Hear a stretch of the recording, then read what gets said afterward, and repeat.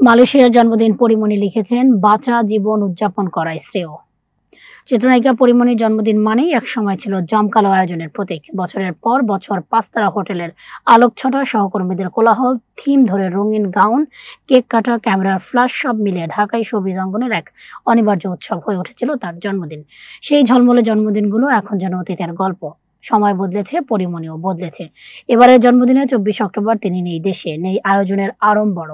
একেবারে ঘরোয়া পরিবেশে দূর দেশে কাটছে তার জন্মদিন, মালয়েশিয়ার এক নিরিবিলি শহরে।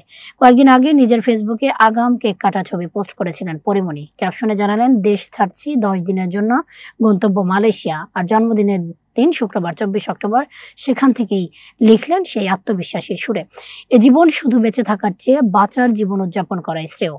জীবনের আনন্দ, বেদনা, কষ্ট, দুঃখ সবকিছু নিয়েই আজকের এই জীবন। পোস্টের শেষে লিখেছেন, হ্যাপি বার্থডে মাই সেলফ। মাত্র কয়েক ঘন্টার মধ্যে পোস্ট, রিয়াকশন ৫০,০০০ ছাড়িয়ে যায়, মন্তব্য পরে ৪,৫০০-এর বেশি, যা প্রমাণ করে ভক্তদের আগ্রহ একটুও কমেনি। আলো হয়তো বদলে গেছে, কিন্তু নিভে যায়নি।